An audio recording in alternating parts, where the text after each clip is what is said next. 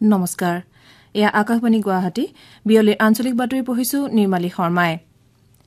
কেন্দ্ৰীয় গৃহমন্ত্ৰী অমিত শাহে আজি অসমৰ বান পৰিস্থিতিৰ বুজ লয় কেন্দ্ৰীয় গৃহমন্ত্ৰীগৰাকীয়ে মুখ্যমন্ত্ৰী হিমন্ত বিশ্ব শৰ্মাৰ পৰা ফোনযোগে ৰাজ্যখনৰ হেহতীয়া বান পৰিস্থিতিৰ পৰ্যালোচনা কৰে মুখ্যমন্ত্ৰীগৰাকীয়ে কয় যে তেওঁ কেন্দ্ৰীয় গৃহমন্ত্ৰীগৰাকীক ৰাজ্যৰ বান পৰিস্থিতিৰ বিষয়ে বিৱৰণ দাঙি ধৰে বান পৰিস্থিতিৰ সৈতে মোকাবিলা কৰাত ৰাজ্যখনক সহায় কৰিবলৈ কেন্দ্ৰীয় চৰকাৰে সম্ভৱপৰ সকলো সহায় সহযোগিতা আগবঢ়াব বুলি কেন্দ্ৰীয় গৃহমন্ত্ৰী শ্ৰী শাহে মুখ্যমন্ত্ৰীক অৱগত কৰে উল্লেখযোগ্য যে ৰাজ্যৰ বিভিন্ন জিলাত বাঢ়নিৰ পানী ক্ৰমাৎ শুকাবলৈ লৈছে যদিও ব্ৰহ্মপুত্ৰ বুঢ়ীদিহিং আৰু দিচাং নৈৰ জলস্তৰ এতিয়াও বিপদসীমাৰ ওপৰত আছে শেহতীয়া তথ্য অনুসৰি ৰাজ্যত বানৰ ফলত 93 জন লোকৰ মৃত্যু হৈছে ইপিনে কেন্দ্ৰীয় জনজাতি পৰিক্ৰমা মন্ত্ৰী জুৱেল ওৰামে আজি শিৱসাগৰৰ টেঙাপানীৰ পৰা দিচাংমুখলৈ মথাউৰি পৰিদৰ্শন কৰে কেন্দ্ৰীয় মন্ত্ৰীগৰাকীয়ে গ্ৰাম্য আন্তঃগাঁথনি উন্নয়ন পুঁজিৰ অধীনত 9 কোটি টকা ব্যয়েৰে ৰূপায়ণ হৈ থকা মথাউৰিটোৰ কাম-কাজৰ অগ্ৰগতিৰ বুজ লয় পৰিদৰ্শন কালত কেন্দ্ৰীয় মন্ত্ৰীগৰাকীক শিক্ষামন্ত্ৰী ডক্টৰ ৰণোজ পেগুৱে সংগ দিয়ে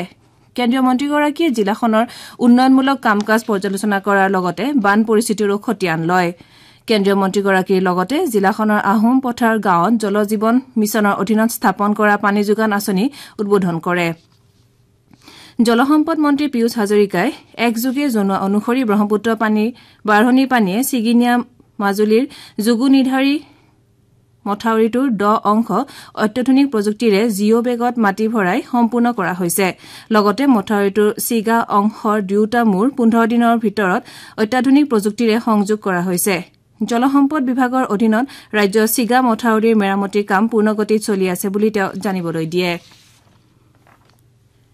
ৰাজ্যৰ দৰিদ্ৰতাৰ হাৰ 36% পৰা 19% লৈ হ্ৰাস পাইছে বুলি মুখ্যমন্ত্ৰী হিমন্ত বিশ্ব শৰ্মাই আজি গুৱাহাটীত প্ৰকাশ কৰে দিছপুৰত অনুষ্ঠিত সংবাদমেলত মুখ্যমন্ত্ৰীগৰাকীয়ে কয় যে বিভিন্ন হিতাধিকাৰীৰ আঁচনিৰ জৰিয়তে ৰাজ্য চৰকাৰে দৰিদ্ৰতা নিৰ্মূল কৰিবলৈ সমৰ্থ হৈছে নীতি আয়োগে কালি প্ৰকাশ কৰা বহনক্ষম উন্নয়নৰ লক্ষ্য সম্বন্ধীয় সূচক বৃদ্ধি পোৱাৰ প্ৰসংগতো মুখ্যমন্ত্ৰীগৰাকীয়ে মন্তব্য কৰে নীতি আয়োগৰ বহনক্ষম উন্নয়নৰ লক্ষ্য সম্বন্ধীয় সূচকত অসমৰ স্কোৰ 71 লৈ বৃদ্ধি পোৱাটো ইতিবাচক দিশ বুলি তেওঁ প্ৰকাশ কৰে তেওঁ কয় যে নিযুত মাইনা অৰুণোদয় নতুন মহাবিদ্যালয় স্থাপন ছাত্ৰীক স্কুটি বিতৰণ আদি ৰাজ্য চৰকাৰৰ বিভিন্ন আঁচনিয়ে বহনক্ষম উন্নয়নৰ লক্ষ্য সম্বন্ধীয় সূচক বৃদ্ধি কৰে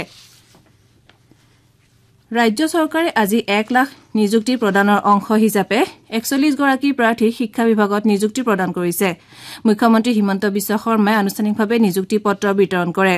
লোকসেৱা ভৱনত আয়োজিত অনুষ্ঠানত মুখ্যমন্ত্ৰী ডক্টৰ শৰ্মাই উচ্চ শিক্ষা সঞ্চালকালয়ত 22 গৰাকী কাৰিকৰী শিক্ষা সঞ্চালকালয়ত 12 গৰাকী আৰু ৰাজ্যিক শিক্ষা গৱেষণা আৰু প্ৰশিক্ষণ পৰিষদত 7 গৰাকী যোগ্য প্ৰাৰ্থীক নিযুক্তি প্ৰদান কৰে এই নিযুক্তি প্ৰদানৰ ফলত এই পৰ্যন্ত 97495টা পদত নিযুক্তি সম্পূৰ্ণ হয় আনহাতে অহা বছৰৰ এপ্ৰিল মাহৰ ভিতৰত বিভাগটোত আৰু 13000 পদ পূৰণ কৰা হ'ব বুলি মুখ্যমন্ত্ৰীগৰাকীয়ে প্ৰকাশ কৰে